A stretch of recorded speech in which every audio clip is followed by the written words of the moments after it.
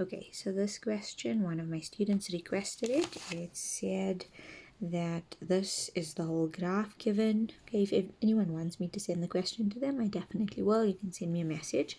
Okay, it says that this is the graph of f.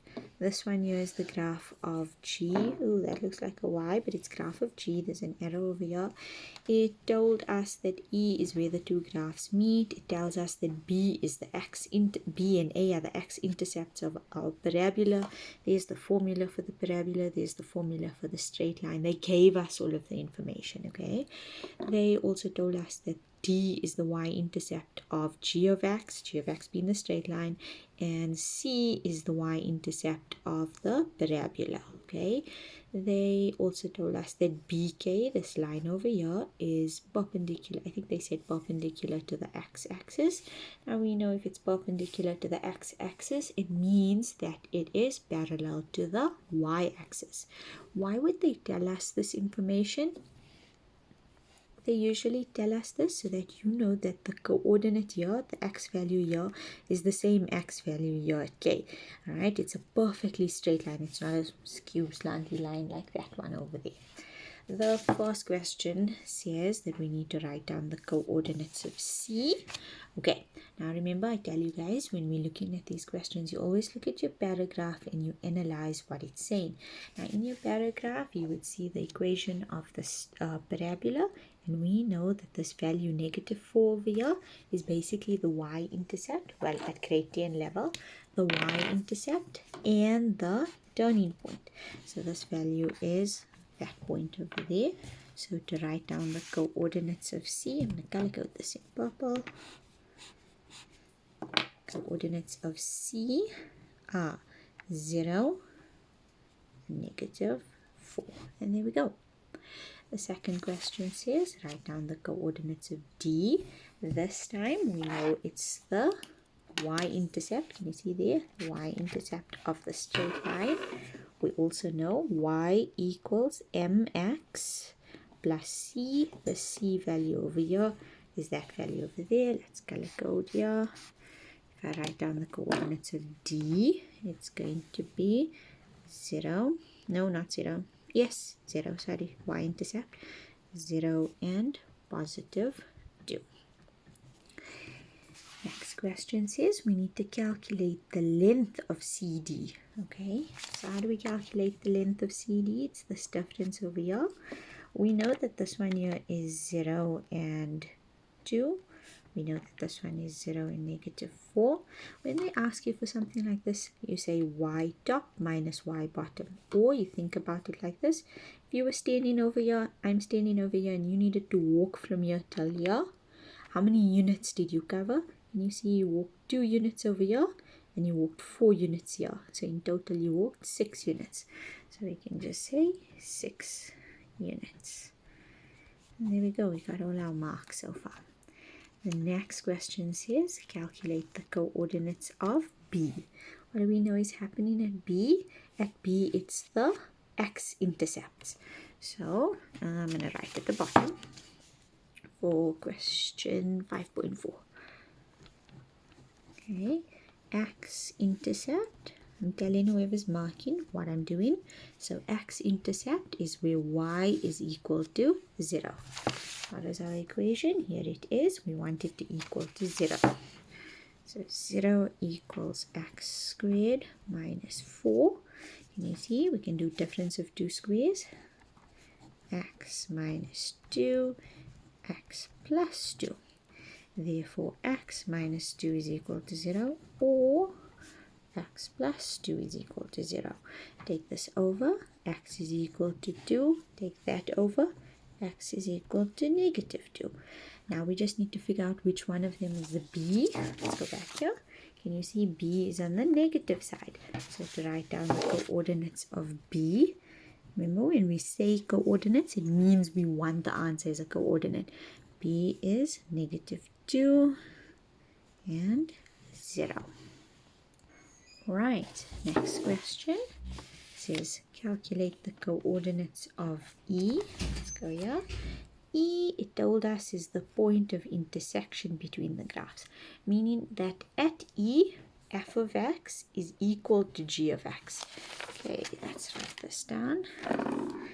That e f of x equal to g of x, meaning f of x was x squared minus 4 is equal to, we're going to see g of x minus x plus 2.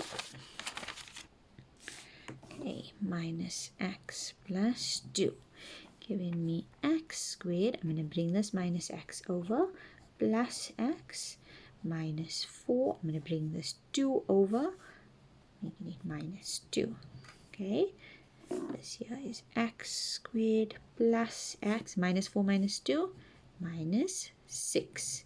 Now we're going to factorize this trinomial. So 2 brackets equal to 0. 1 gets a x, 1 gets a x.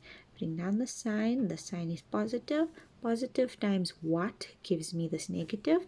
It's minus, okay? And then we're thinking about the factors of 6, all right? So the factors of 6 are 1, 2, 3, and 6. Reverse them around. 1 gets a plus. Oh, sorry, 1 gets a minus. And we're going to add them, going downwards each one, until we get an answer of positive 1. 1 minus 6 gives me negative 5, not this one. 2 minus 3 gives me negative 1, not this one because I want positive 1. Let's try the next one. 3 minus 2 gives me an answer of positive 1. That's the solution I want. So that means next to the plus I must get a 3. Next to the minus I must get a 2. Quick recap on our trinomial knowledge. So that means x plus 3 is actually equal to 0, or x minus 2 is equal to 0. Take the 3 over, x is equal to minus 3. This side here, take the 2 over, x is equal to 2. Those are our 2 solutions. Let's quickly go back here. Let's see at e. Can you see e is on the negative x part? The side here is the positive. The side is negative. So that means we're going to have the negative solution, isn't it?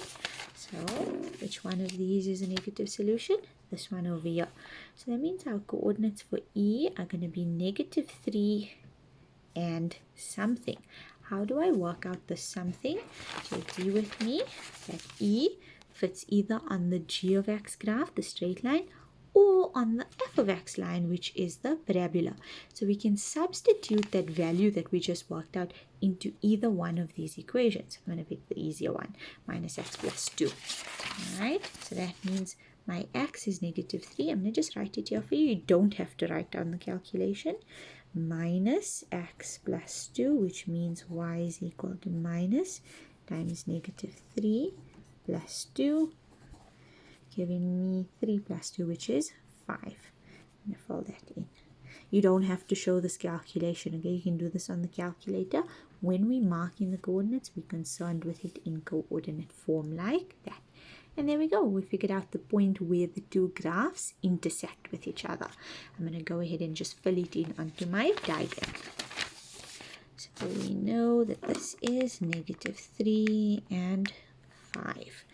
Okay, next question says, okay, I didn't write out the full thing, but it basically says for which values of x is f of x less than g of x.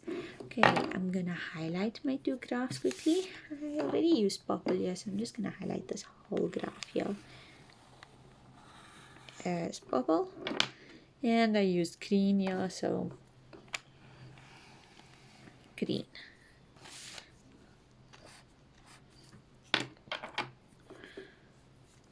Okay, remember when we were working with inequalities, I told you to think of the crocodile mouth. The crocodile eats the bigger amount of food, all right? So can you see its mouth is open this direction? Okay, wait, let's use my hand.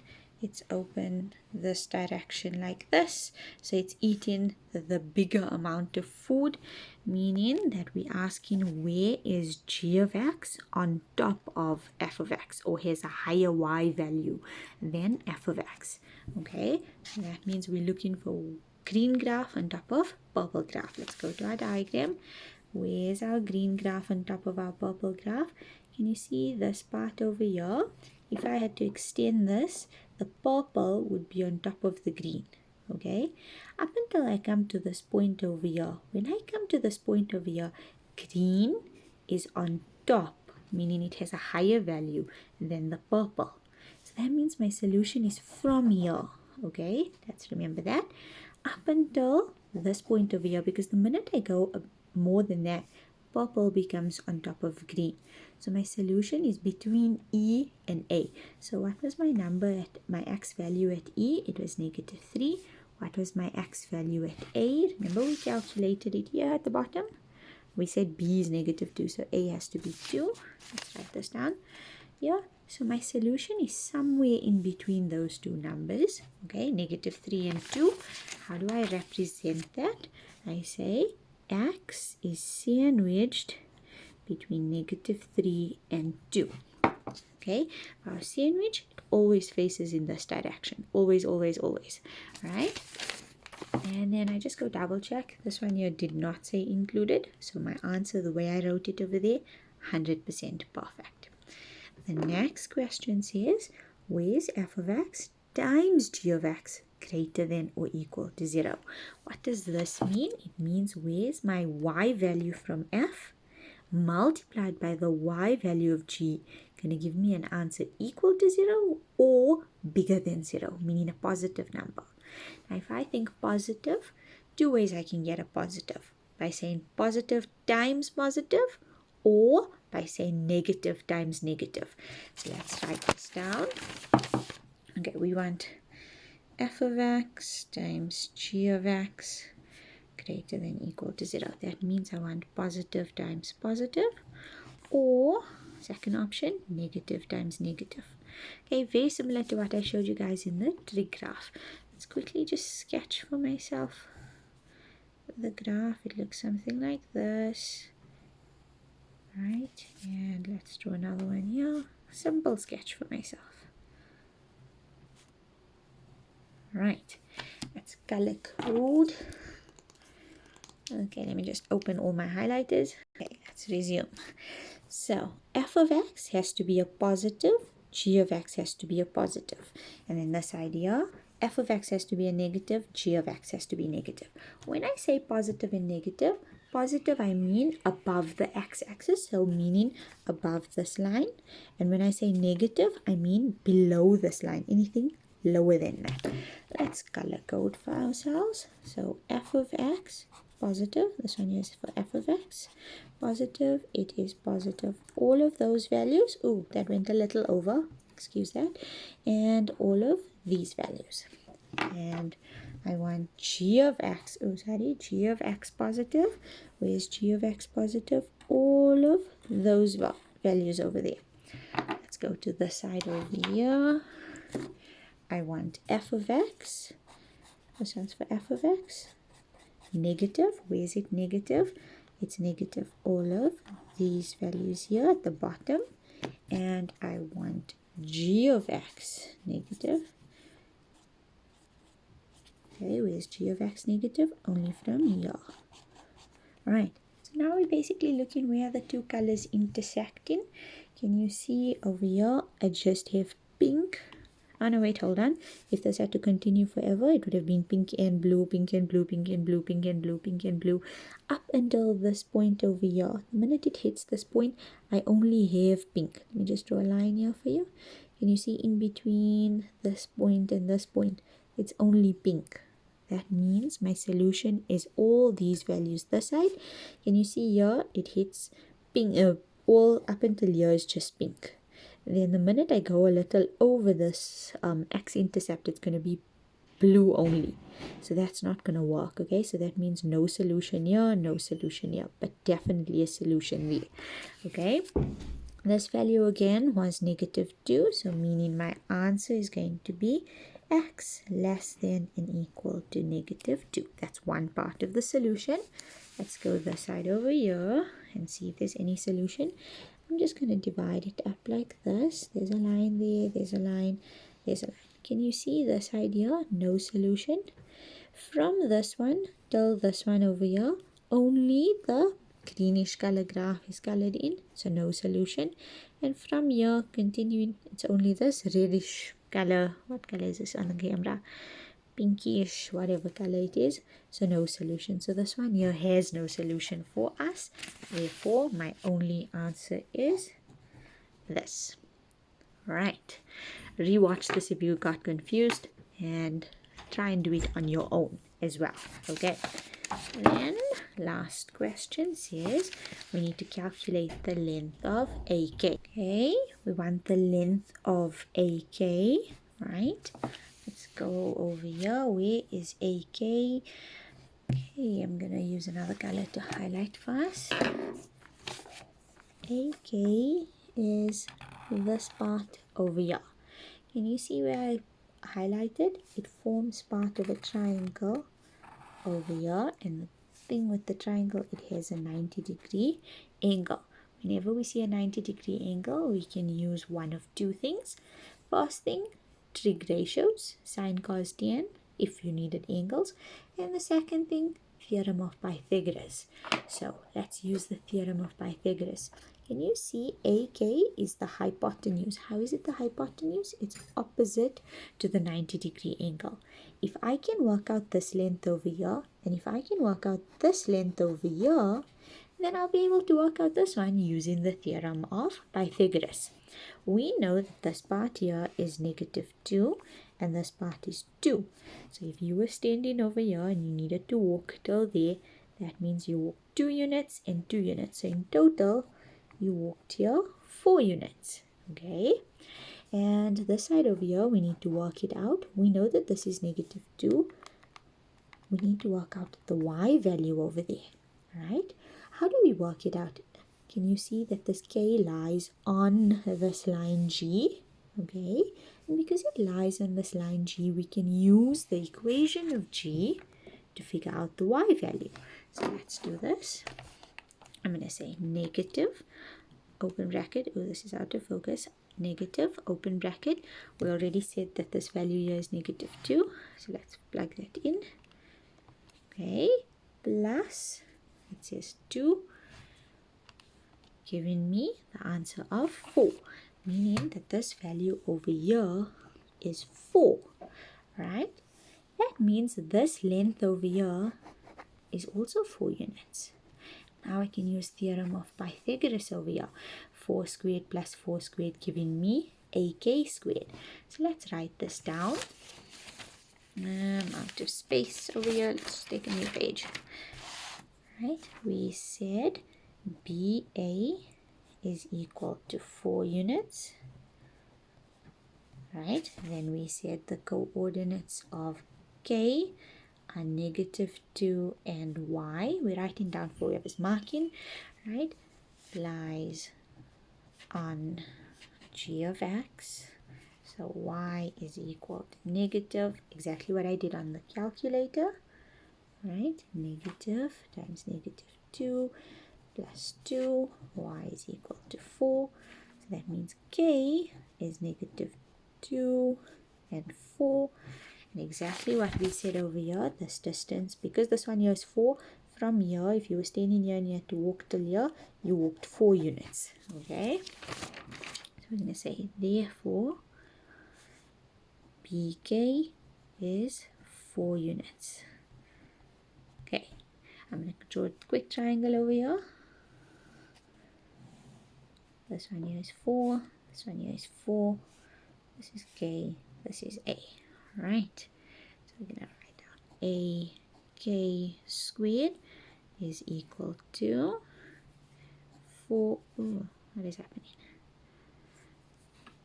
4 squared plus 4 squared, this 4 plus this 4 squared, using Pythagoras' theorem, giving me 16 plus 16, 32. That's the answer.